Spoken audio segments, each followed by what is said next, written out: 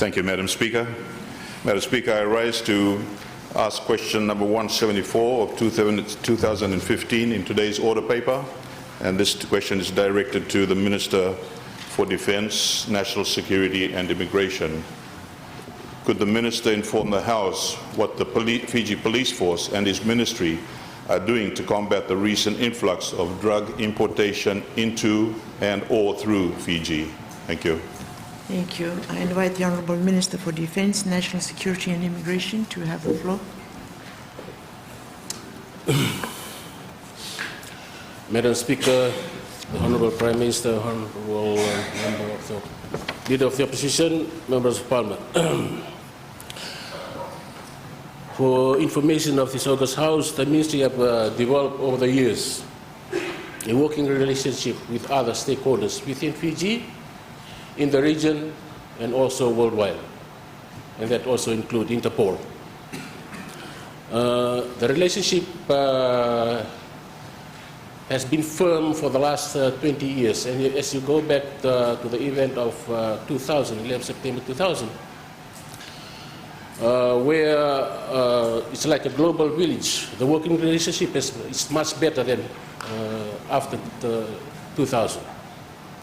So the information that we are getting from the region and also from internationally is a daily information, exchange of information of how we can combat transnational crime. We've also signed a memorandum of understanding with countries in the region and countries out of the region on MOUs on relationship of sharing information, which make it much more complete on the information that we require. And also we are, like for example, in the next PIDF meeting in September, we'll be signing an MOU with the government of Indonesia. It's a new partner now.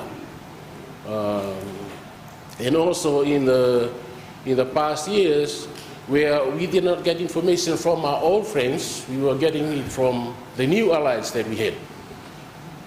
Now all are working together, the new allies and the old allies, in order to get more information on how we can combat transnational crime in Fiji at the moment. And we are also working with the region, of how we can help Tonga and Samoa. So it's more or less like interrelationship with all the countries in the world in order to combat crime. Such joint collaboration with local and overseas law enforcement resulted in the confiscation of the container, which contained about $100 million worth of drugs at Suva Wharf. And the process is with the court at the moment, and for the court to decide. And I would like to ask all the people in Fiji that we are trying to contain these issues, it's transnational, if they can come forward with information to the police of any information they can receive in regards to the illegal trade that are happening all around the world today. I thank you, Madam Speaker. Thank you. Supplementary question, Madam Speaker. Supplementary question, Honourable Rondo. I thank the Honourable Minister for that explanation, which I find not very convincing. I'd like to ask the Please just Honourable, ask your question. the Honourable Minister that to be able to proactively deal with the problem which rests with the border control machinery and to minimize the firefighting or reactive stance by the police force, can the Minister explain the problems or the weaknesses with the Fiji Revenue Customs Authority border control capabilities? And how does the Ministry intend to address this so as to enhance border protection? Thank you, Madam Speaker. Thank you, Honourable Minister. Onus is on the Honourable Minister to answer that question or not to answer. I thank the Honourable Member for the questions. We are buying new equipments at the border. we have been working with, like for example, we have a gadget now which will be able to get information from the telephone. Even though you delete what's in the telephone, your conversation with other people, we have a gadget which was supplied with one of our allies in order to get all the information that you delete. And it's been helping us in getting information of how we can confiscate people. You think that you delete all the information? No.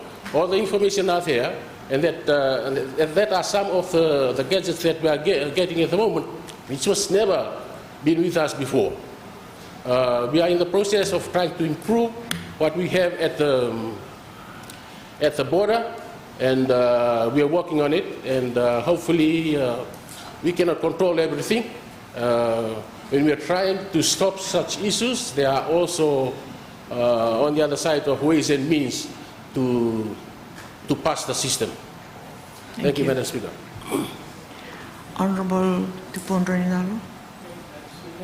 I thank the Minister for his answers, and I've heard what he said about international cooperation. I asked the Minister, would he consider making a submission to give a greater share of the defense budget to the naval forces to assist with monitoring of our EEZ, and whether that would help in this regard. Thank you. Honorable Minister. Madam Speaker, I consider that is a new question. Thank you. I give the floor to the Honorable Karabaki. Madam Speaker, I thank the Honourable Minister for his answer. Considering the actions that the Honourable Minister had explained that they had taken, would the Minister consider also including in their strategy to combat this problem, reviewing their no-visa policy to a number of countries that the government had regarded that the citizens should not have visa to enter this country? Thank you. Thank you, Honorable Minister. Madam Speaker, that's another new question. Thank you. Last supplementary question. I think the question is relevant, Madam Speaker, because we had this boat that went on the reef in Ngau, supposed to carry 30 people, but they had 60, and they wanted to get off at Natobi, not in Suva. So we really ask the government to relook at the resourcing of the seas, as requested by Honorable Ndalo. Strengthen the Navy, because you can't have people coming through our waters and we don't know about them, and we only discover it if they hit the reef. Thank you, Madam Speaker. Thank you, Honorable Maboka. You are reiterating a question that had already been asked, and it has been answered.